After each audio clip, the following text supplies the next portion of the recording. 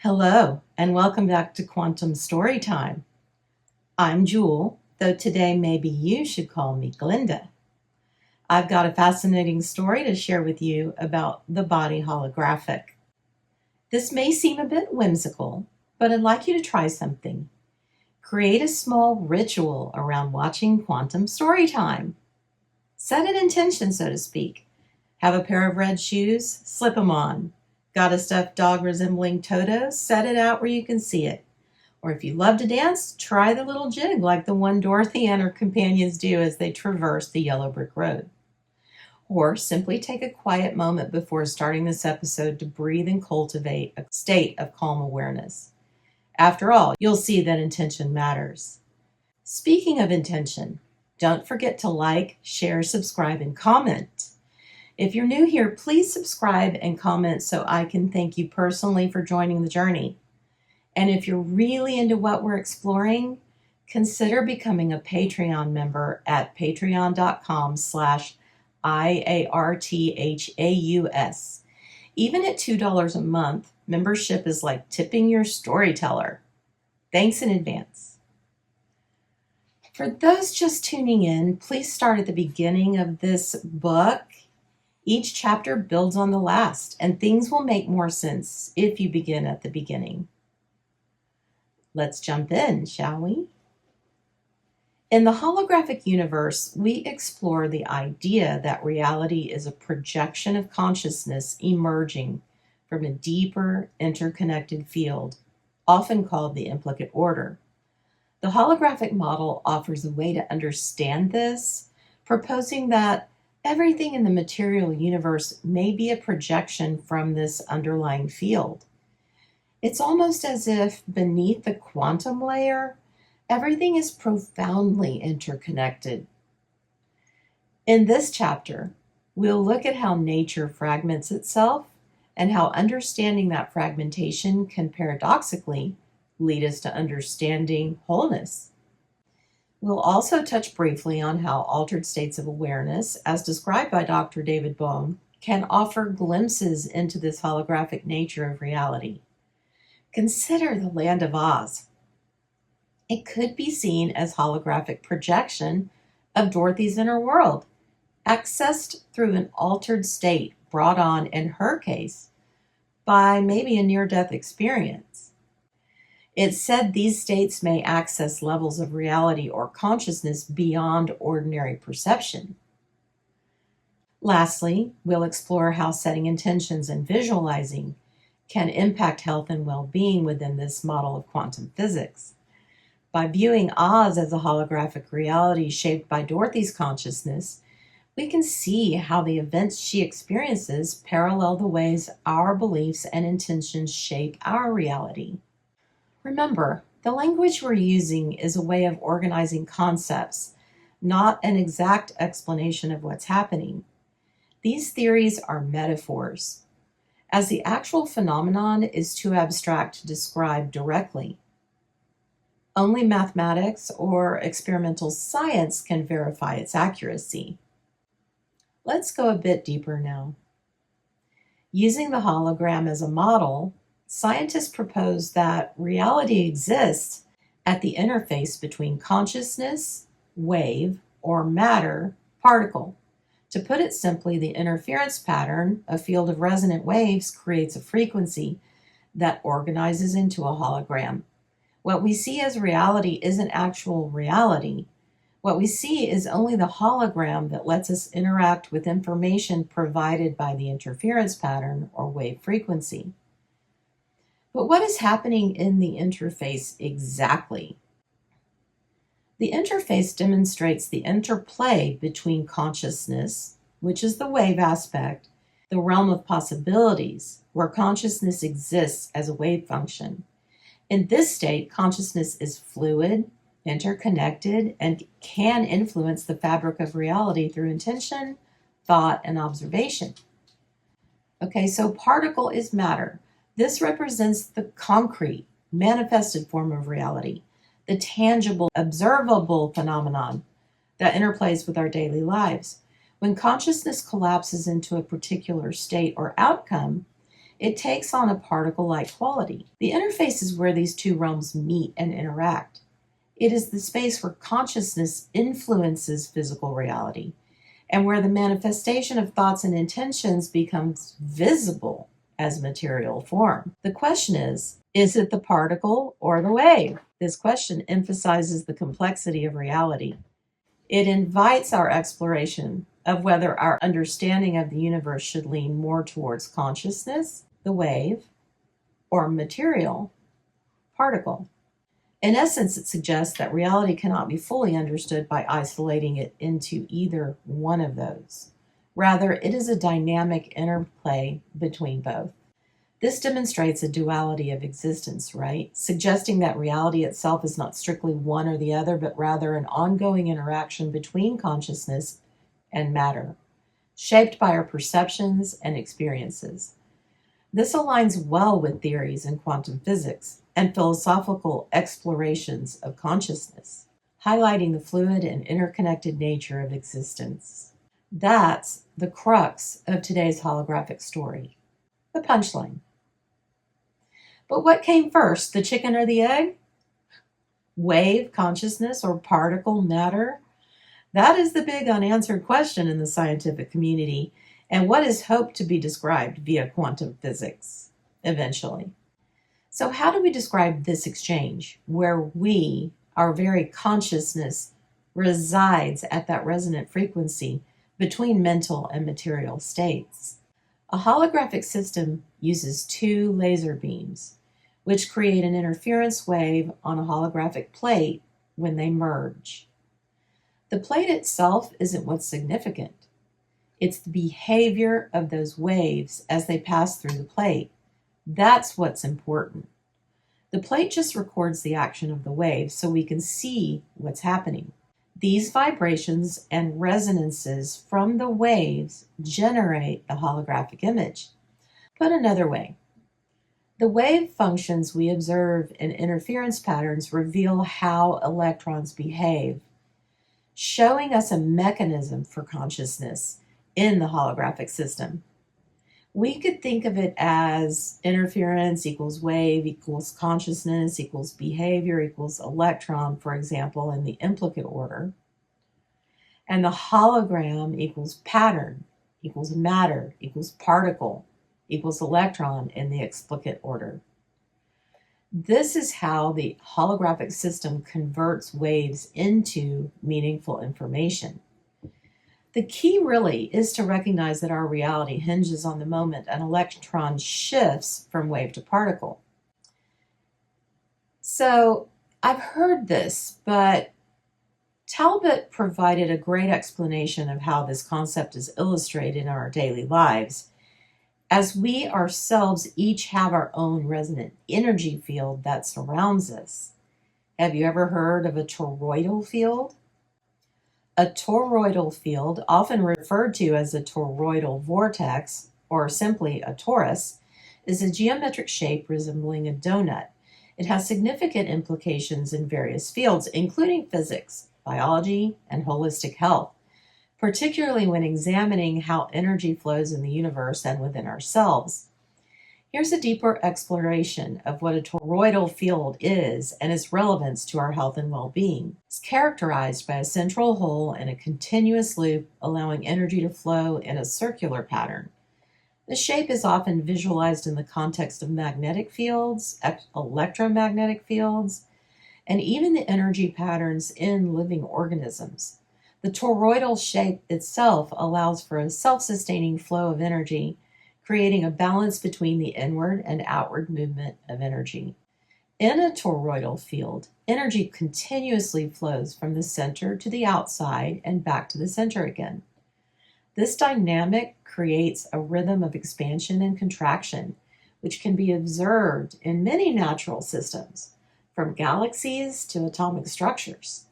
This movement reflects the principles of balance and harmony, suggesting that all things are interconnected. The concept of a toroidal field aligns with holistic approaches to health and well-being. It emphasizes the importance of maintaining balance and flow in our energy systems. Disruptions in this flow, whether due to stress, trauma, or illness, can lead to imbalances in our physical, emotional, and mental health. Understanding how to restore this flow can be crucial for healing. In many spiritual traditions, especially those that involve energy work, the body is viewed as having energy centers or chakras that can be likened to toroidal fields. Each chakra is thought to create a toroidal field itself, influencing the energy flow in the body as a whole. Maintaining the health of these energy centers is believed to support overall well-being, emotional stability, and spiritual growth. Toroidal fields can also represent the dynamics of relationships. Just as individual toroidal fields interact and influence with each other, our energy can affect those around us. Healthy interactions can create harmonious energy exchanges, while conflicts can disrupt these fields, leading to emotional and psychological stress. Practices like meditation and mindfulness can help individuals cultivate awareness of their toroidal fields. By focusing on breath and energy flow, one can enhance their internal coherence and align with the natural rhythms of their body and the universe. This alignment can promote a sense of peace, reduce stress, and improve overall health. On a larger scale, the principles of toroidal fields can be applied to understanding all ecological systems. Just as individual beings have energy fields, so do ecosystems. Healthy environments exhibit balanced energy flows, while disruptions due to pollution, deforestation, etc., can lead to imbalances that affect the health of all organisms within that system. The concept of the toroid provides a powerful framework for understanding how energy flows within us and around us. By recognizing the importance of balance, flow, and interconnectedness, we can better appreciate the intricate relationship between our health and well-being and the larger systems we are a part of. Incorporating this understanding into our daily practices can lead to more profound insights into self-care, healing, and maintaining harmonious relationships with others and our environment. Each of us has this distinct frequency that forms an energy field around us. This field is shaped by a mix of factors: our genetics, health, mindset, and personal history, all resonating to create a signature frequency that defines our interaction with the world. Think about it. Most of us can feel when someone is standing too close, even if we're not looking. That sensation could be explained by the way our energy fields overlap, creating a slight disturbance or interference pattern that our bodies sense. We are receiving information from that. But here's the twist. If the holographic theory holds, our bodies aren't creating this field.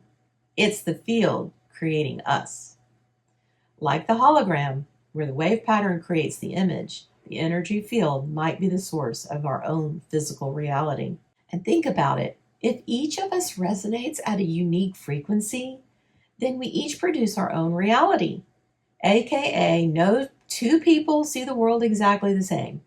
Not only does that mean that no two people interpret, say, what is happening in politics the same, but they may not even see the easy chair in the corner the same exact way either. But we keep trying to group like with like without having any concept of how futile that is. And we group as an ancient mechanism for protection. Clearly, that grouping contributes ultimately to fragmentation itself. Okay, so let's look briefly at how the scientific community views this. Back in the 1990s, theories about the holographic universe faced resistance. Today, however, with the rise of quantum physics, some scientists are warming to these ideas, even if they remain speculative.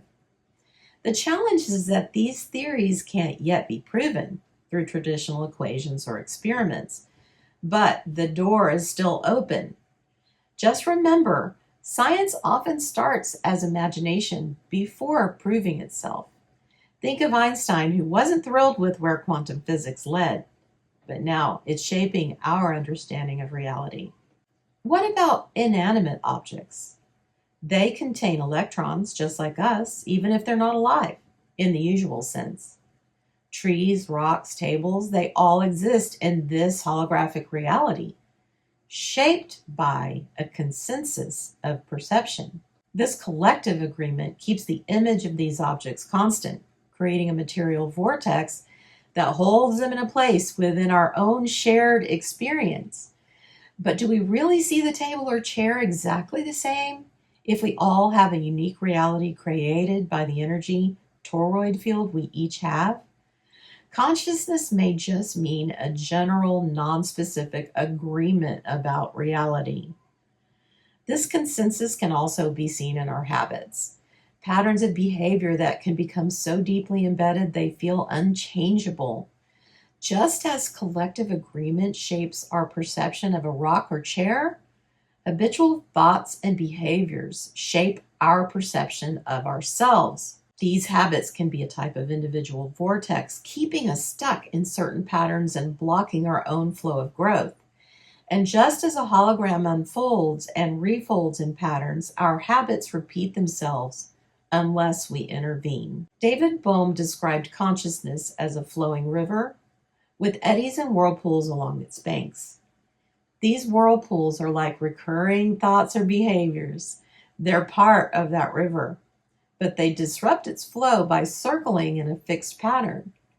When a thought pattern is too ingrained, it's just like a whirlpool gathering debris, potentially creating a blockage in the river's current. This analogy captures how rigid attitudes or patterns can obstruct the flow of consciousness and creativity. So we all need to be thinking about our stuck patterns. So if our unique frequency creates an individual resonance, what does that mean for our connection to the larger field? Imagine an old school radio with a tuning dial. You're the dial, able to tune in to specific frequencies, but only to those that resonate harmoniously with your own. Just as musicians use dissonance and harmony to create tension and release, we experience resonance with some people and dissonance with others.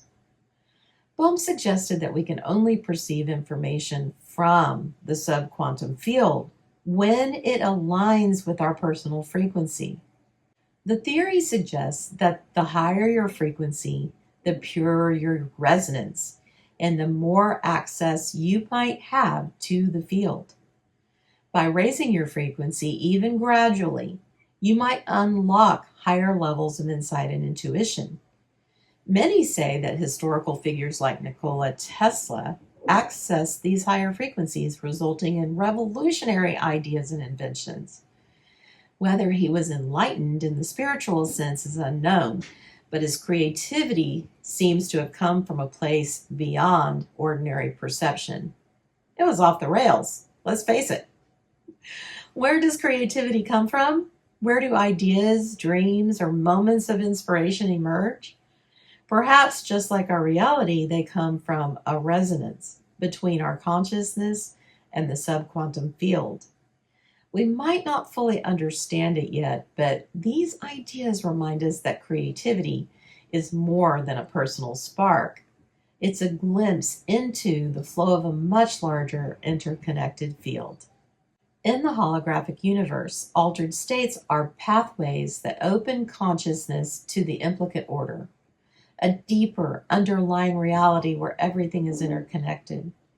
As Stanislav Grof suggests, these states aren't just shifts in perception. They are tools for making profound changes at a fundamental level. When we're in an altered state, our consciousness accesses realms where changes in belief can influence reality. The idea is that emotionally intense beliefs ripple outward, creating real shifts in the world around us, much like a hologram's patterns can shift from subtle shifts and interference. Now, how does this affect day-to-day life? In the holographic model, reality isn't rigid. It's shaped by our intentions, emotions, and even imagination. So altered states are ways to tap into that plasticity, allowing for shifts in perception that may actually shape the consensus reality. Holotropic breathwork involves controlled breathing techniques that put the body and mind into a trance-like state, similar to meditation or deep dream states. The breath pattern encourages the brain to let go of its usual control, opening channels to the subconscious and creating a unique state where deep-seated beliefs or unresolved emotions can surface, potentially altering our conscious reality. The use of psychedelics and plant-based medicines like ayahuasca or psilocybin is another way to tap into altered states. These substances chemically alter perception by interacting with serotonin receptors, helping dissolve the ego and allowing the mind to experience an expanded state of consciousness. This state often reveals new perspectives, especially about self and interconnectedness, which some believe can alter the implicate order by repatterning our deepest held beliefs. Near-death experiences, or NDEs, are powerful examples of altered states where people report profound, life-altering shifts in perception. Some who experience NDEs describe encountering a realm of light, unity, and interconnectedness that changes their views on life permanently. It's as if this brush with the implicate order creates a shift in their consciousness, sometimes leaving people with new abilities even, or deeper empathy. Meditation, especially in its deeper forms, can also be a means to access altered states. Techniques like transcendental or mindfulness meditation quiet the conscious mind, the brain, allowing us to see beyond surface reality and access a calm, reflective space where the mind's natural patterns, worries, fears, or habits can loosen their hold. Meditation helps align individual consciousness with a larger awareness, which some theorize allows for subtle but real shifts in our external reality. Hypnosis introduces an altered state that raises unique questions. Hypnotic suggestion can make someone unable to see someone sitting right next to them. This doesn't just challenge what we consider to be consensus reality. It suggests that in altered states, the mind can tune into a different reality field altogether that may, in a sense, override our normal perception. In hypnosis, the brain doesn't significantly alter its brainwave patterns, though, as it does in meditation or even sleep. In fact, brainwave patterns under hypnosis closely resemble those of the awake state, suggesting that hypnosis creates a waking reality with alternate parameters.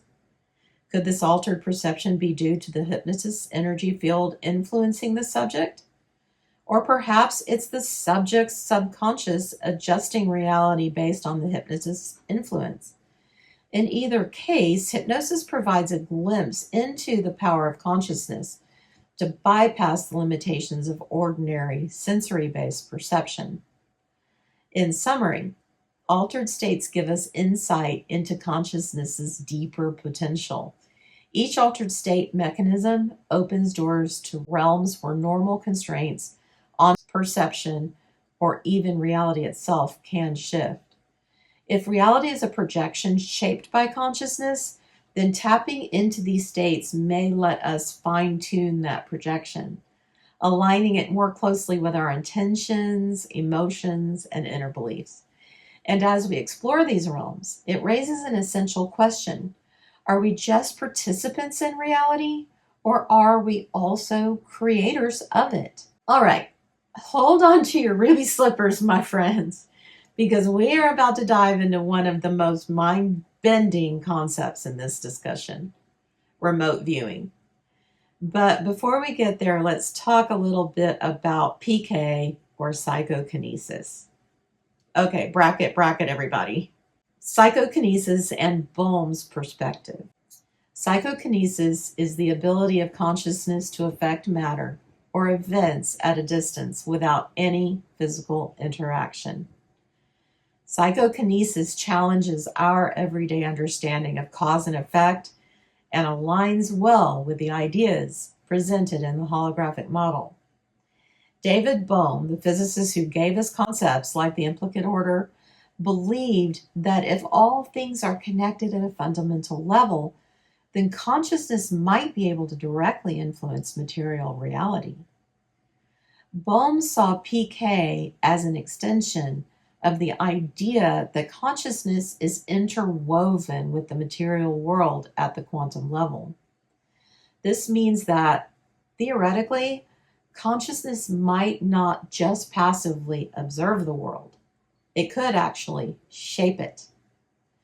Enter remote viewing, an experiment in perception.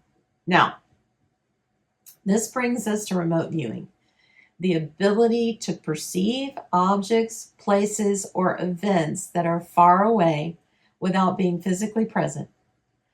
Imagine Dorothy looking into the Wicked Witch's crystal ball to see what's happening miles away. Remote viewing is kind of like that. The concept gained traction when physicists Russell Targ and Hal Puthoff conducted rigorous experiments on it in the 1970s at Stanford Research Institute. Targ and Puthoff wanted to see if individuals could access information about distant locations or events, and they found astonishing results. They demonstrated that under controlled conditions, some people were able to describe in remarkable detail locations and events they couldn't see with their physical senses. Their work helped launch a wave of interest in remote viewing, and it's even said that intelligence agencies took notice. In remote viewing, we don't see the scene exactly as it is. We see and draw shapes. Those shapes reflect the meaning of the scene without illustrating the scene directly. Could our conscious awareness be using archetypal shapes and patterns to illustrate what is being seen in the mind's eye? The results of remote viewing have to be interpreted to be understood as valuable, if I remember correctly. I will give you a personal example, though. I tried a remote viewing exercise with a friend over the phone. We lived 2 hours apart. I had a pair of Ray-Ban Wayfarers in my hand and asked her to describe what she saw. Among other things relevant to the glasses, she described a butterfly. Is that coincidence? Remote viewing experts would say no. If we think of the universe as a hologram where everything is interconnected and information is everywhere, remote viewing makes more sense. Just as a holographic plate contains the whole within each part, perhaps consciousness can access distant location or events because everything is already interconnected at a deeper level. Remote viewing might be tapping into this unified field of consciousness where all information exists and is available theoretically to anyone. In a holographic model, distance becomes irrelevant because fundamentally the fabric of reality doesn't operate under the same constraints we do. The same constraints we experience at the surface level. This might mean that anyone could perceive something in the distance if they can align with the right frequency or resonance of the implicate order. This isn't hocus pocus, folks. Is this how some people experience NHI, though? So whether it's remote viewing, telepathy, or other extraordinary abilities, the holographic model opens up the possibility that our minds are more than just passive observers. Like Dorothy with her ruby slippers, maybe we've had the power to navigate through realities all along. In our everyday lives, humans have a habit of fragmenting everything. We break down ideas, behaviors, and even our own selves into separate parts. Medical community contributes to this, right? These categories help us understand the complexity of the world, but it also distances us from the wholeness that might actually define existence. This tendency to separate may even block our ability to see the interconnectedness at deeper levels, like the implicate order that Bohm describes. But what happens when this fragmentation extends to the inner self? One powerful example of extreme internal fragmentation is multiple personality disorder, also known as dissociative identity disorder. People with MPD experience multiple distinct personalities or alters, each emerging as a response to extreme trauma. Essentially, the mind fragments to protect itself, distributing the overwhelming pain across separate identities.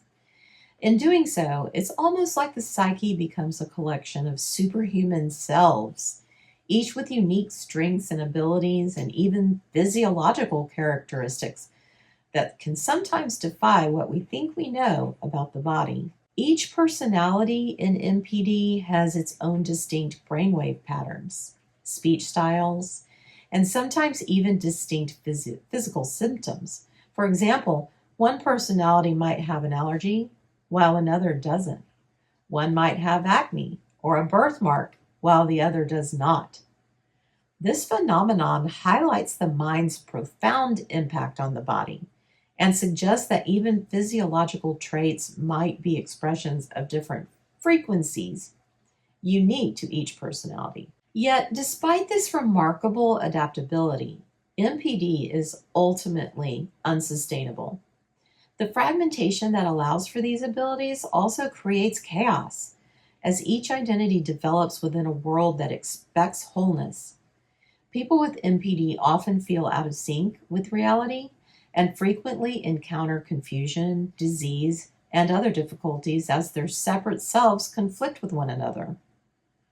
As Michael Talbot notes, if undiagnosed and untreated, NPD becomes increasingly ingrained with age, often leading to a shortened lifespan because of the immense energy required to maintain multiple personalities over time, especially if they're conflicting. For an individual with NPD to heal, the fragmented personalities must be integrated into a single cohesive self once again. Skilled therapeutic intervention can help achieve this, allowing the individual to process their trauma, dissolve the separate entities, and restore a sense of wholeness. The lesson here is that fragmentation, even when it serves as a really good coping mechanism on one level, is ultimately a short-term solution. Wholeness, it seems, is essential for sustaining well-being. The existence of distinct physiological traits across personalities raises fascinating questions about the nature of reality and the implicate order. If the holographic model holds true, then each of these personalities might be accessing unique aspects of the same underlying consciousness or field. It's as if each personality, with its distinct traits and characteristics, resonates at its own frequency, altering the body in ways that align with that specific frequency. This might explain how the same physical body can host different conditions depending on which personality is active. In a larger sense, MPD illustrates how fragmented realities can be sustained by our minds for a time. But ultimately, we are driven towards unity, whether on an individual level or within systems. Wholeness is essential for stability, health, and resilience. This applies to individuals and to systems alike. These are ideas that can transform how we view ourselves and our place in the universe. So important right now in this contentious world. But as you will see as we get further down the road, this concept is super important to the big picture discussion here on Yellow Brick Road Rash. So make special note of it. Returning to the idea of our individual energy fields, if we accept that each of us has a unique frequency and that this frequency creates an energy field enveloping our body, then it makes sense that some people might be able to perceive these fields as auras. Auras could essentially be visible expressions of the frequencies at which we each resonate, frequencies shaped by our emotions, thoughts, health, and life experiences. Those who are sensitive to these fields might see the energy as colors or patterns surrounding a person, translating vibrational energy into visual information. Is the halo perceived throughout history actually a mechanism for illustrating this field? Food for thought. They were probably resonating at a very high frequency. Does the exchange of information here illustrate the fact that in a true holo movement, the interface where reality lies, there is a constant folding and unfolding to and from the hidden implicate order? In other words, does all the information we process as individuals actually return to the implicate order as we simultaneously keep processing things coming out of that order? My guess is yes. The electron doesn't just stay a particle, it coalesces in and out of the wave. Those who claim to see auras often describe colors and shades that correspond to various emotional states, physical health, or spiritual conditions. While it's considered a mystical or fringe concept, there is an intriguing rationale behind the idea. In the same way that electromagnetic waves can be detected by different sensors, perhaps some individuals have an innate sensitivity to these human energy fields and can perceive the subtle energies that most of us are oblivious to. Colors in an aura could represent different frequencies or intensities, each corresponding to the state of a person's physical, emotional, or spiritual being. When we think about healing through touch or energy transfer, the concept of fields becomes even more relevant. Healers who work through touch or energy modalities, like Reiki practitioners, therapeutic touch therapists, and others, believe they can tap into and influence these energy fields to encourage healing. They work on the principle that the body is not just physical but vibrational, with energy patterns that can be tuned or rebalanced. The core idea here is that when a healer places their hands on or near a person, they can direct intentional energy into that individual's field. This might be understood as using one's own resonant frequency to stabilize or adjust the frequency of another's. It's as if the healer's intentions act as a tuning fork, helping the patient's body remember a healthier frequency or align itself towards a more balanced state.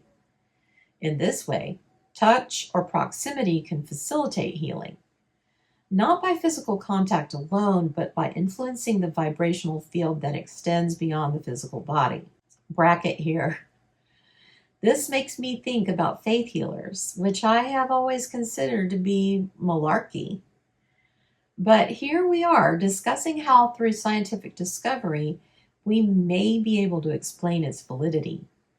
The question is, does the acceptance of these occurrences through the scientific doorway get negated because we didn't just have faith in it?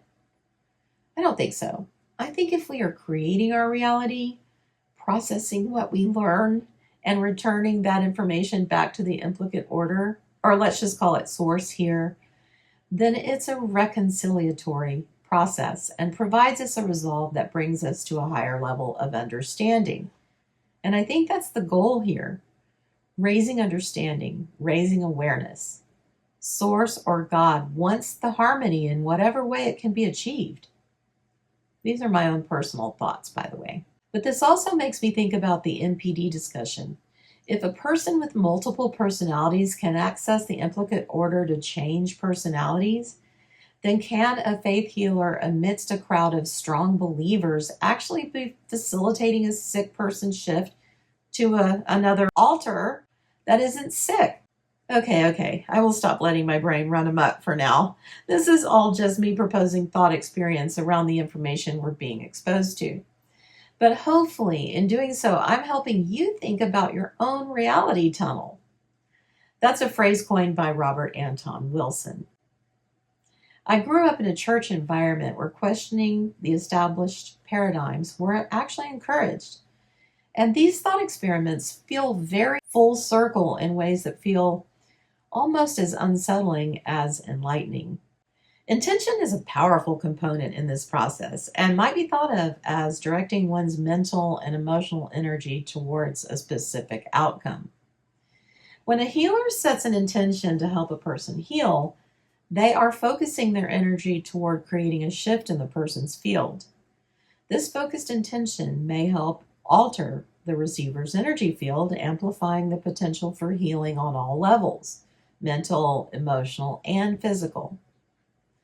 In the context of holographic theory, intention transcends mere wishful thinking.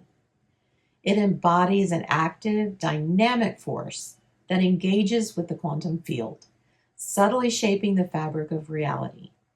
When a healer directs positive intentions towards another, they are channeling coherent energy into the recipient's field, aiming to establish an interference pattern that resonates with the individual's unique needs. This notion aligns with Bohm's concept of implicate order, suggesting that intention has the power to reach into the underlying structures of reality, facilitating healing and transformation. This perspective enriches my understanding of the church as a sacred space for worship and resonance.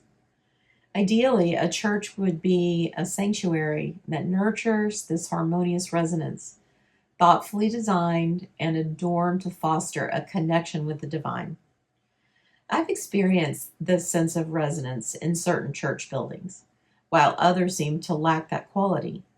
This personal experience reflects my own harmonics, though, and spiritual journey, acknowledging that what resonates for one may not resonate for all. It is essential to recognize that a community gathering within the church, praying, singing, and sharing in worship can amplify this collective resonance, fostering alignment with a higher purpose. However, it is equally important to be mindful of the environments we engage with, as they can influence our resonant frequency. We must ensure that the spaces we inhabit are healthy and uplifting, as negative influences can lead to manipulation and harmful vibrations. History has shown us instances where this has led to tragic outcomes within various cultural and religious contexts.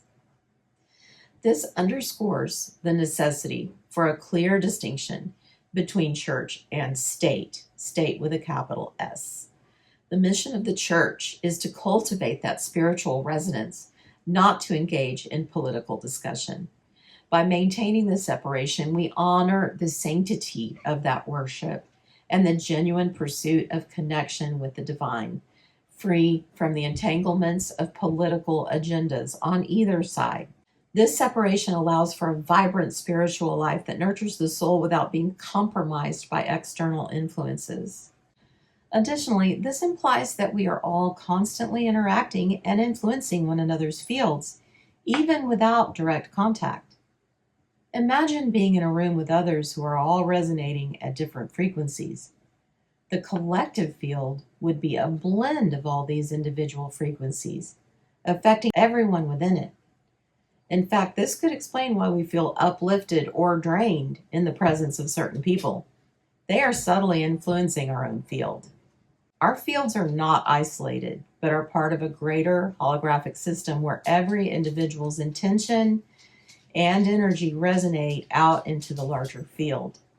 Just as fragmented personalities in MPD demonstrate a fractal splitting of consciousness, each individual's aura and healing potential demonstrate how our energies contribute to the unity or wholeness of the collective field. In this way, seeing auras, healing through touch, and focusing intention are all ways of tuning into and working with the underlying energies that connect us all. These practices remind us that we aren't just isolated beings. We are threads in a larger tapestry, constantly weaving in and out of each other's lives, influencing the shared reality we all participate in. I will add here that any long-term therapeutic relationship, like with the psychologist, for instance, actually relies in part on this continued healthy resonance created by the frequency of the clinician. Like a tuning fork, they resonate at a strong vibration during their sessions, and the patient can and usually does change their vibration to match the therapist eventually. In this context, we can see another reason why therapy is valued, but it does raise the question of doing remote therapy. I would imagine there is potential there to not get the full benefit of the therapy. Think about it. Let's bring everything together. What we call reality may be far more malleable than it appears.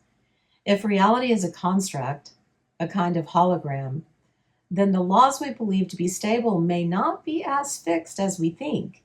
This world of physics and material rules might simply be a structure we've collectively imagined into being, a stable framework created by our collective consciousness. But does that stability mean it's unchangeable, or are we capable of changing reality itself? It seems as though the psyche, our unconscious, is constantly pushing us to look deeper, to see beyond the veil. Through dreams, near-death experiences, hallucinations, and even miracles, the unconscious might be trying to reveal to us that reality is infinite and filled with far more possibilities than we imagine. Our unconscious presents these experiences as reminders that our perception is only a fraction of the greater whole. In Talbot's view, the universe could be comprised of layers of reality fields. Some of these fields seem more stable, like electrons, which are fundamental and have been part of the cosmic hologram for so long, they're deeply entrenched in the system. But other new reality fields may be more malleable, still seeking definition. This explains why some phenomena feel anomalous. They haven't fully coalesced into the stable consensus reality. It's a bit like a holodeck, really. It's a shared illusion, constructed to feel solid and believable, but beneath this construct, everything is simply patterns of energy, shaped by consciousness. So when we encounter anomalous events, it may be that we're glimpsing into these flexible fields, ones that haven't settled into the same rules that govern most of our stable, agreed-upon world. All of this raises a critical question. Is there truly a consensus reality, a definitive out there that exists independently of us? Or is reality something we collectively create, held together by mutual agreement and expectation? The holographic universe theory suggests that reality may actually be sculpted by the mind itself. In this view, consciousness doesn't arise from the brain. Instead, it might be that consciousness creates the brain, projecting this appearance into our shared reality field. We are so convinced of our own solidity that it becomes hard to imagine we're anything other than fixed beings in a fixed world. In a holographic model, fields of consciousness create what we perceive as matter. Our brains interpret interference patterns from this cosmic hologram, but they interpret these patterns according to what we expect to see, a process called entrainment. Our minds are set up to fill in gaps automatically. For example, our brains fills in the blind spots in our vision. Could it be that we do the same thing with reality itself, extrapolating from patterns to create a coherent, expected world? This limited perception is necessary for survival, but it means we're only seeing a sliver of the full spectrum. There could be other realities or dimensions beyond our sight, hidden simply because they fall outside the wavelengths we are designed to detect for our survival. In the end, the boundaries we experience may just be illusions, necessary constructs we've created to navigate our world. But our true nature may be boundless. Reality itself is a frequency domain with layers upon layers of fields and energies that we, as consciousness, are continuously shaping.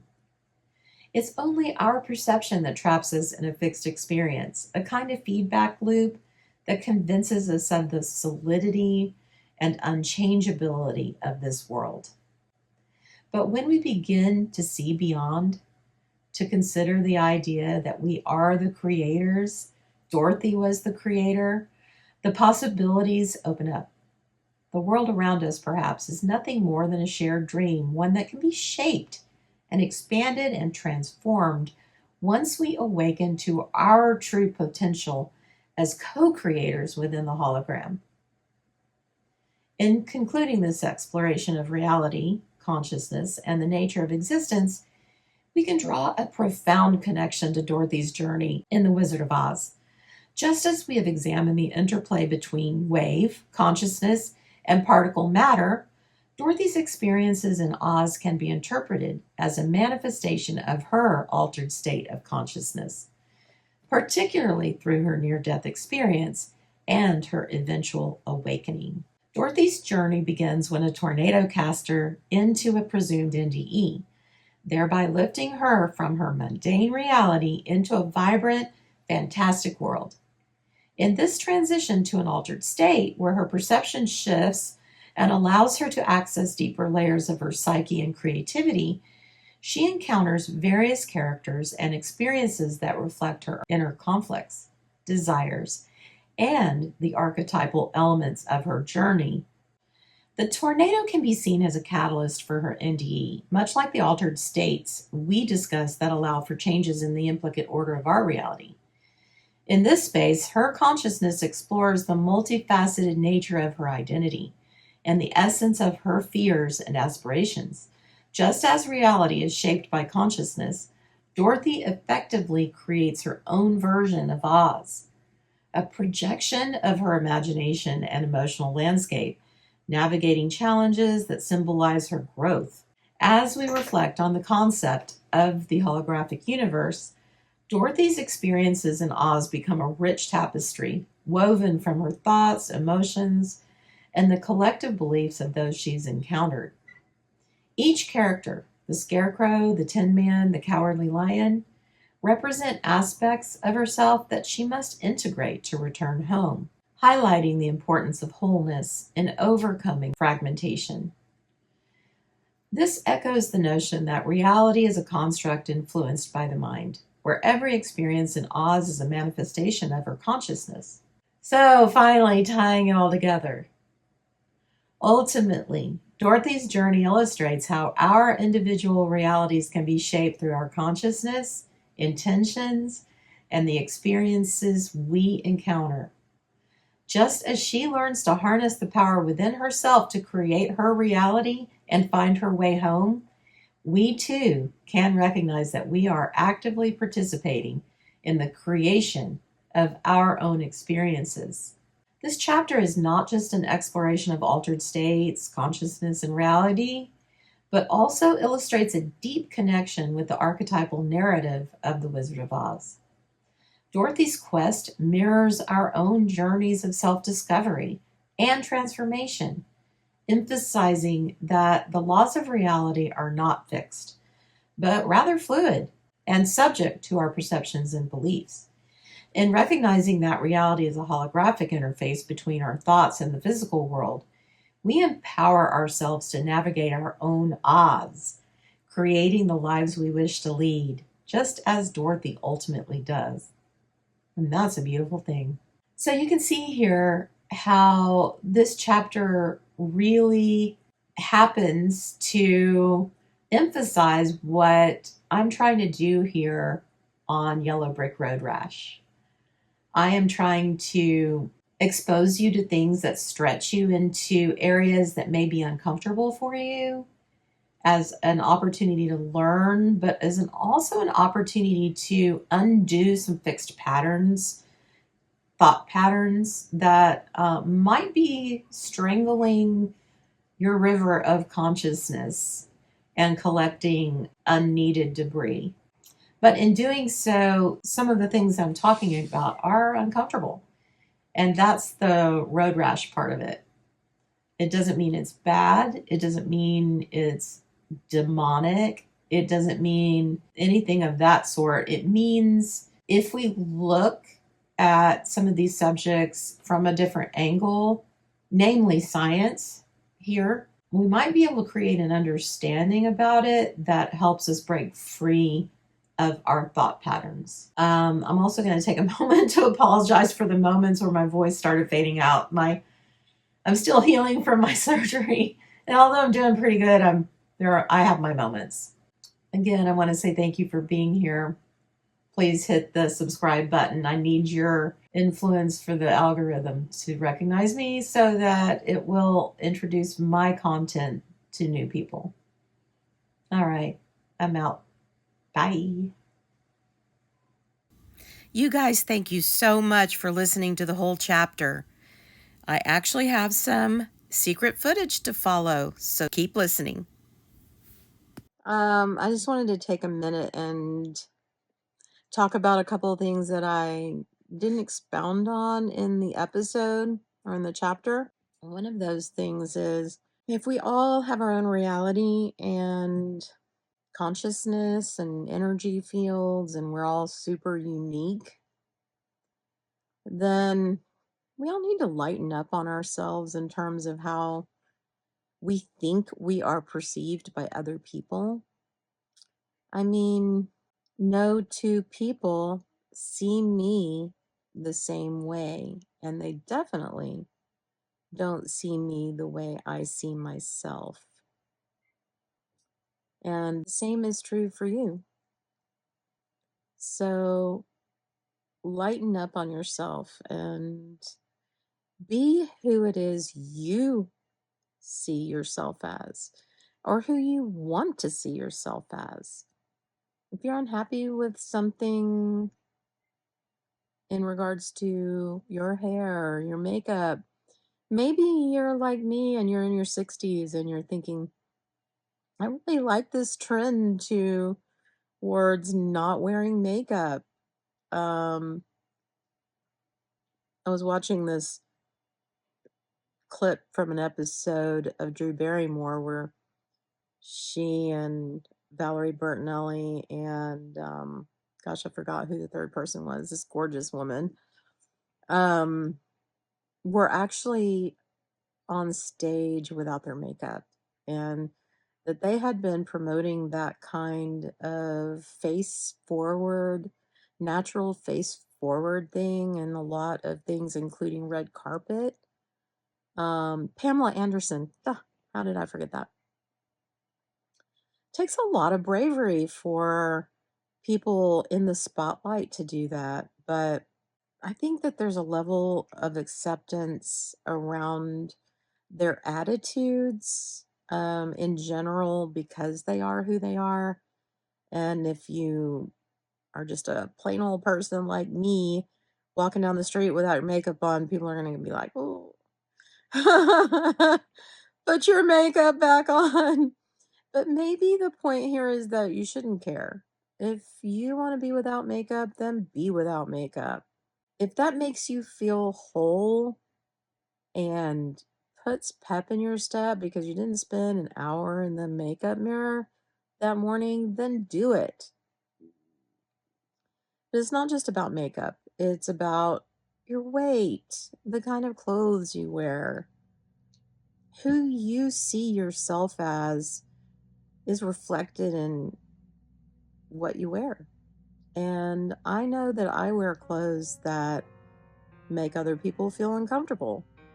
I wear black all the time. Yes, you're getting to see me in some denim and black, but I actually get a lot of flack about not wearing color and lots of jewelry and all the things, but it's just not me. And I never really have given into that aspect of making my presence be acceptable to someone else in that regard, but that's a pretty easy one to accomplish. I'm going to continue to wear black. And I know plenty of people that feel the same way. But as far as your weight goes, we all struggle with body image.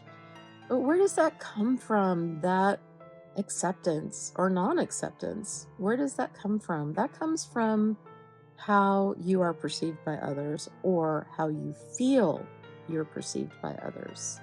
Now, that's aside from any kind of health issues that you may have that are being influenced by your weight. And that's something else to consider is in order to vibrate at a higher frequency, it's really a good idea not to have those fat cells weighing you down. This is my own conjecture, but I'm getting ready to get on a diet plan. And one of the reasons I've dieted my whole life, I mean, it's always been a thing, but I've kind of changing my perspective on why it's important. Yeah, it's important for my health, although I don't have any health issues. It's important for my health because I think it's affecting my vibrational frequency. And if you haven't listened, well, I guess you have listened to this whole video, but if this is a short and you're just watching this, watch the video, chapter 6. I go into some of this. But in order for my vibration to raise to a frequency that I want it to be at, maybe if I have this extra fat on my body, I can't. No matter what, maybe I can't. And so I want to be leaner for that reason. And then the result, besides being able to vibrate at a higher frequency, which will raise my level of participation in this glorious... Oops, I ran out of memory on my phone, so it cut off. So deep apologies, but you get the idea. I really love you guys, and I will see you next time. Bye.